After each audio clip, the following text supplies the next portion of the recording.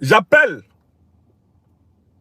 les autorités centrafricaines et le chef de l'État centrafricain, le régime centrafricain, à sortir du piège dans lequel il s'est rendu tout seul, à renoncer au projet de troisième mandat. C'est un projet anticonstitutionnel. C'est un projet en rupture avec la dynamique des peuples africains aujourd'hui. C'est un projet en rupture avec la dynamique de la fondation de l'État de droit africain aujourd'hui. Il faut que le président Touadéra sache que la majorité écrasante de son peuple, il faut qu'il sache que la majorité écrasante des peuples africains ne le soutiendra pas. Ces majorités ne le soutiendront pas dans le projet de violation de la Constitution centrafricaine. Il est en train de s'inscrire dans la longue liste des dictateurs africains, des autocrates africains. Et cela n'annonce rien de bon. Aucun dictateur africain n'a fini sa carrière en beauté. Je vous mets au défi. Trouvez-moi un dictateur africain dont la carrière s'est achevée en beauté. Aucun. Même quand ils sont morts au pouvoir, ça a été le malheur pour leurs héritiers. Aucun autocrate africain n'a fini sa carrière en beauté. Cherchez, hein? Cherchez. Cherchez un régime dictatorial qui n'a pas mal fini en Afrique. Vous me trouvez le régime en question, on étudie l'histoire de ce régime.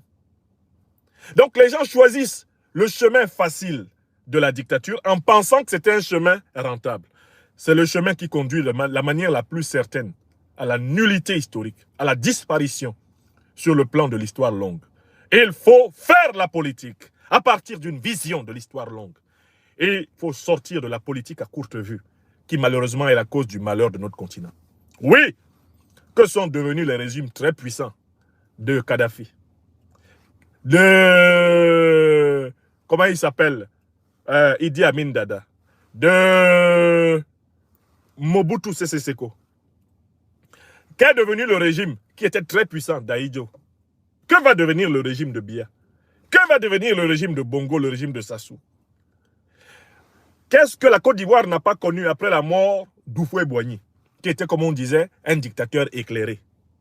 Qu'est-ce que la Côte d'Ivoire est devenue? Qu'est-ce qui s'est passé? Que sont devenus les pays où de très longues dictatures ont régné, comme le Soudan, du maréchal Gafar El-Nimeri, comme la Somalie de Siad Barre? Qu'est-ce que ces pays sont devenus? Que devient le Togo? Quel est l'avenir du régime togolais? Donc, en fait, nous, Africains et Africains de ce temps, nous avons suffisamment de moyens de comprendre qu'il ne sert à rien sur une vision à long terme, une vision objective, une vision profonde. Il ne sert à rien de confisquer le pouvoir contre son peuple.